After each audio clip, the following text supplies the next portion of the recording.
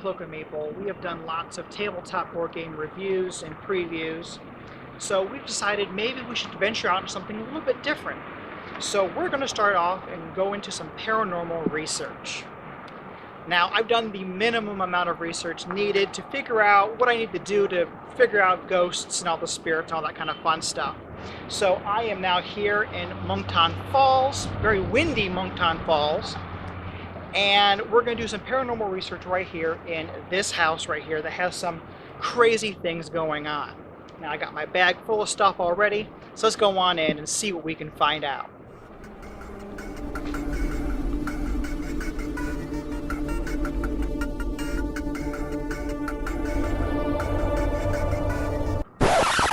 Nope, too many ghosts. Nope.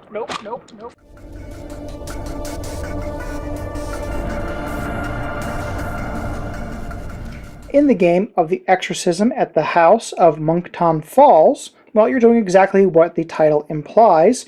You're trying to exorcise this house that has some spirits and some nasties that are inhabiting it, and you're just trying to get those out of there, and then escaping the house is also part of how you win. Now, my setup doesn't quite fit all in my camera, so I'll be moving it around just a little bit just so you can see everything that we have going on here. But I went ahead and set up the game according to the instructions. So each player is randomly given a random character from a character deck. So we have the medium here, Tony Elise Schaefer. And then we have the doctor, which is Paul Wildwood. Now, each of these characters, when you flip over their cards, it tells you where they start off in. So, our medium here, she starts off in the kids' room. So the kids' room is right over here. And then our doctor starts off in the bathroom. Maybe he's looking through the medicine cabinet and seeing what he can find in there. I'm not exactly sure. I'm just going to lay those down so it's a little bit easier to see where all the characters are.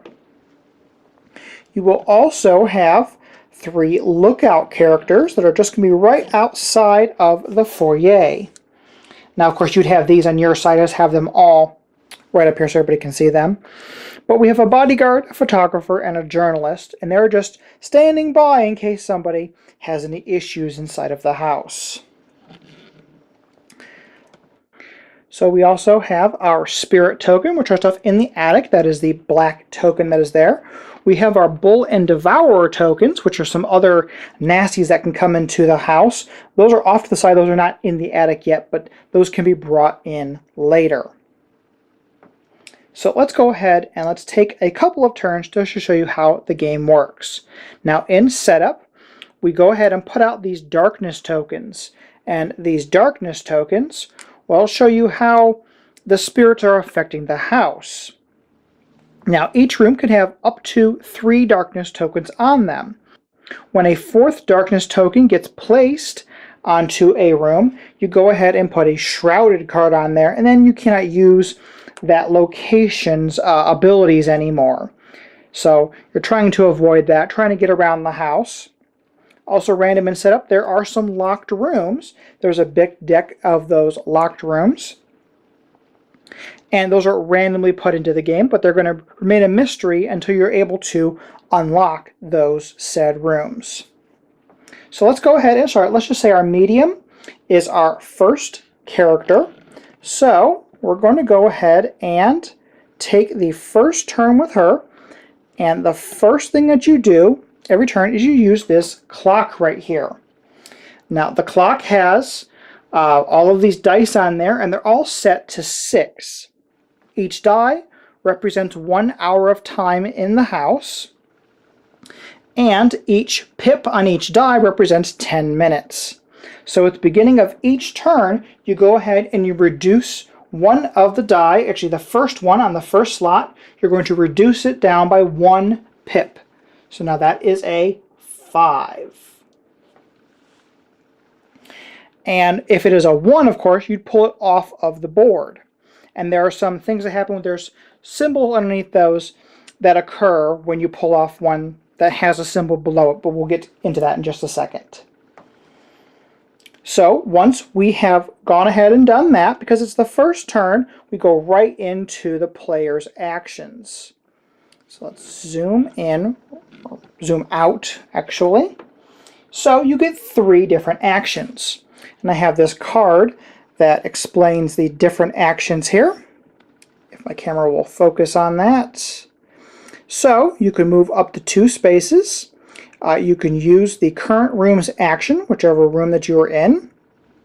And then you can give and take any number of tool cards, from another player in a room that you're in or an adjacent room. You can complete a task card that's in your hand. You can remove a darkness token from the room that you're in, or you can play a plan card. Well, I don't have any cards right now in my hand as the medium.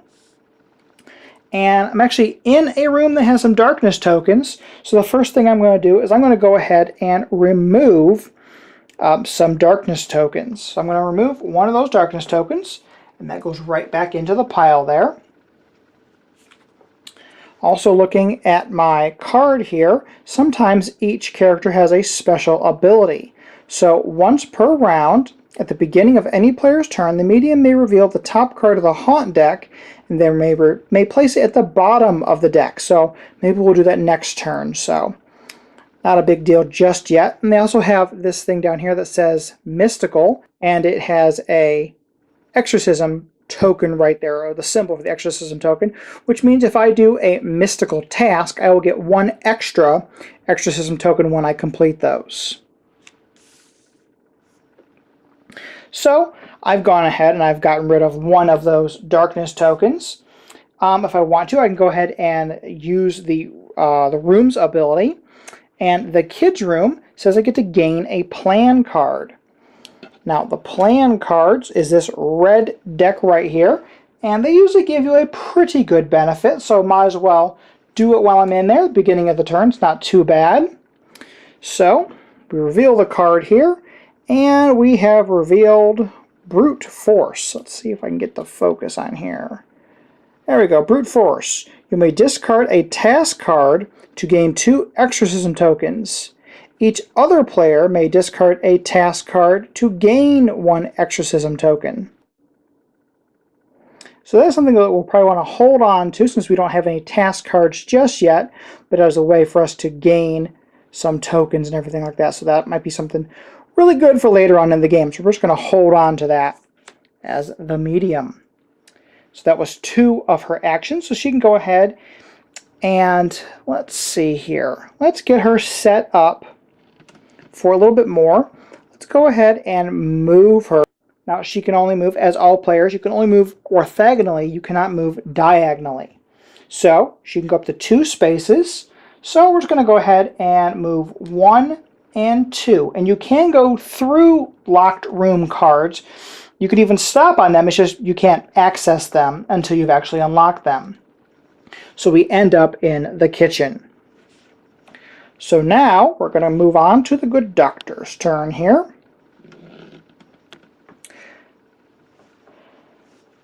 So the first thing that you do, again, is you're going to reduce the clock by 1. So we're at a 5, now we're just going to go to a 4 right there.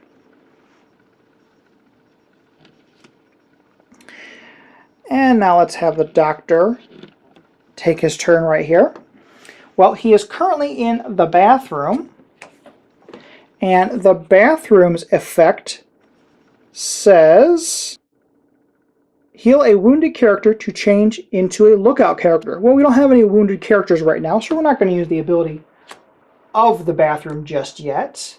So what the doctor is going to do is he's going to go ahead and he's going to move, because he wants to get some of these tasks done right up here.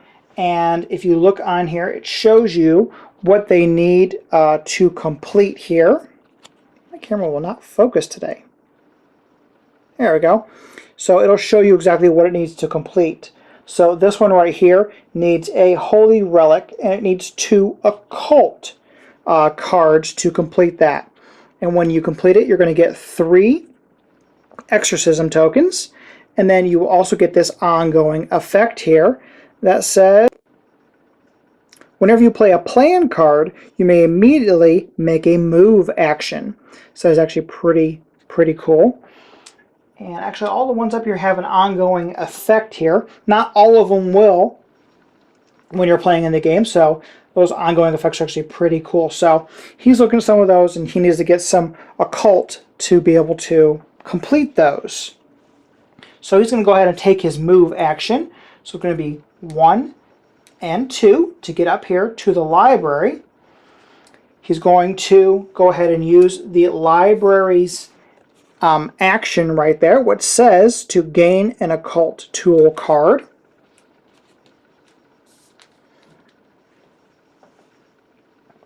So he will go ahead and we will draw from the deck here. Now these decks, they're all functionally the same, but each one has a little bit of a different flavor on here. So he acquired some demonic skulls. So he will go ahead and place that into his inventory right there. So that was 2 of his actions. And while he is in there, he is just going to go ahead and he's going to take the Purify action and go ahead and get rid of that 1 darkness that is in there. So after the first turn, then you have to start dealing with this Haunt deck, which is right there. So let's go ahead and take one more turn just so I can show you how the Haunt deck works. So of course the first thing you do is you go ahead and you reduce the clock by 1. So this is now going to go down to a 3 right here. And now we have to deal with these Haunt cards. So let's zoom in here. So the first thing you do is you actually look at the clock and see what number the disc is on. Right now we're still at 1, so that means you just draw 1 Haunt card.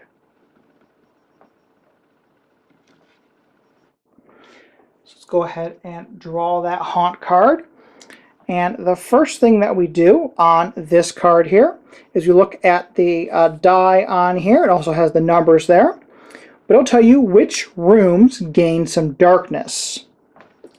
So let's just go ahead and zoom out here and see which rooms here grab some darkness tokens. So all rooms that have a 1 on them will go ahead and gain some darkness. So the basement right here now has 3 darkness tokens on it. And the only other one right here is we have the bedroom. So the bedroom now has 3 darkness tokens on that as well. So we need to get over there or else these rooms will become shrouded. It'll make our tasks a little bit harder to deal with. So now that we've dealt with that, we go ahead and we look at the arrows right here. Now we're going to ignore the red and the white arrows because those spirits are not yet into the house, but we are going to deal with this with the black arrow right here. Well, the black arrow says that the spirit is now going to go 1 space to the right. Well, our spirit's in the attic, and there are no rooms to the right, so they're just going to stay put. But if the arrow had been in a direction that they could move, they would move in that direction. So let's just say we actually drew this one instead here. So this shows the black arrow moving down. So that means our spirit is going to move down 1 space. So boom, they move into the library, which is the same location as our good doctor. Now unfortunately, when one of the baddies move into a room with one of the characters, that character becomes wounded. So when your character is wounded, if your character has any cards, they go ahead and drop them off in that room. They're removed from the house, and then their character card goes outside the foyer, and that is going to go sideways, showing that they are wounded. Now, whoever was controlling that character gets to go ahead and they get to pick a new character from any characters that are not wounded. So let's just say he's going to go ahead and he's going to pick up with the photographer. So the photographer is now going to be his active character, and you ignore the starting location, you go ahead and you run into the foyer. So now they are playing the photographer, who has some different abilities. Now you can always exit the foyer and choose a different character, so it's a way to get and swap out different abilities that might help you out through the game. So for example, the photography has photographic evidence. As an action, the photographer may remove a darkness token from a room he is in and gain an exorcism token. So that's something that is really, really good. So you want the photographer to be running around the house to go ahead and get rid of all of these darkness tokens, to go ahead and start filling up that track that is on the attic. So how do you win the game? Well, you win by gaining the exorcism tokens. When you gain the exorcism tokens, they're going to go right on this track right here. So as it begins to fill up, you put that on there. Once you gain your 30th token, all of the spirits are gone from the house, and then you must exit the house via the foyer.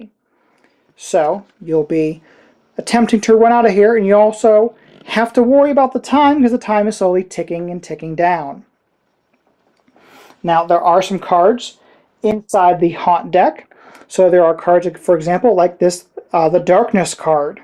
So whenever you pull a card that says the darkness on it, you're going to increase the track by 1. So this will slowly start going around this clock track, and whatever number it is on is how many of these cards that you'll have to draw at the beginning of each turn after you reduce the clock. There are also cards here like the bull right here, which is a monster, which will add the red token right there to the attic right there, and they will start moving around according to the cards right here. So the bull would move this way, the spirit would move this way, and the white is the devourer. And there's also a card for the devourer, so the devourer will come into the game. They'll start chasing all the players around this house. It gets intense, it gets crazy, but that is just the basics of the exorcism at the house of Monkton Falls. Punchboard Media, where we all bring something to the table. Pull up a chair at punchboardmedia.com. So there's just a brief explanation of the exorcism at the house of Monkton Falls, which I have to read it because I'm going to mess it up every time if I don't actually read it off the box here. But this is actually a pretty cool little game.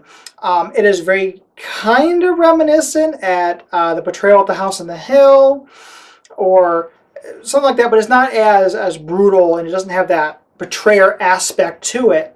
So it's always all the players against the house itself.